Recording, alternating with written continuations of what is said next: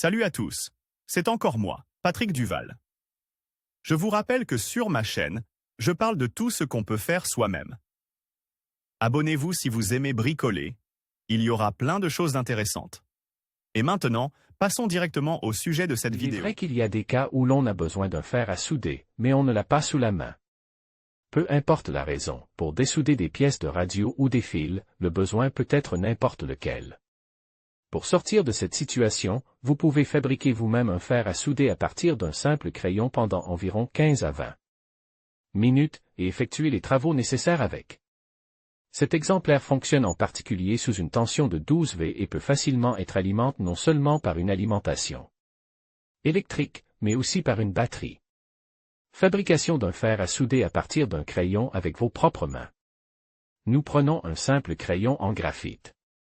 Pour faciliter le travail, vous pouvez en scier une partie à l'aide d'une scie. Taillez-le ensuite avec un taille-crayon ordinaire. À l'aide d'un couteau à papier, dénudez soigneusement la tige de graphite d'environ 1 cm. Nous réalisons un petit chanfrein sur le bord.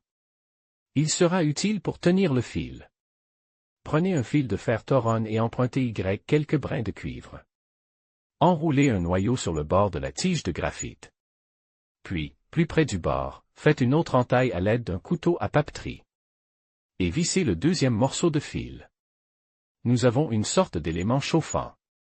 Tout le monde sait que le graphite est un bon conducteur d'électricité et que si vous appliquez une tension à un morceau de graphite, il commencera à chauffer. Connectez un fil d'une alimentation de 12 volts au fil.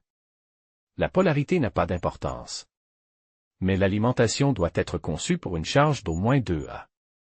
Pour éviter que les fils ne pendent, fixez-les au crayon à l'aide de rubans adhésifs. Le bec pointu de la baguette doit être arraché, car l'étain n'y adhérait de toute façon pas.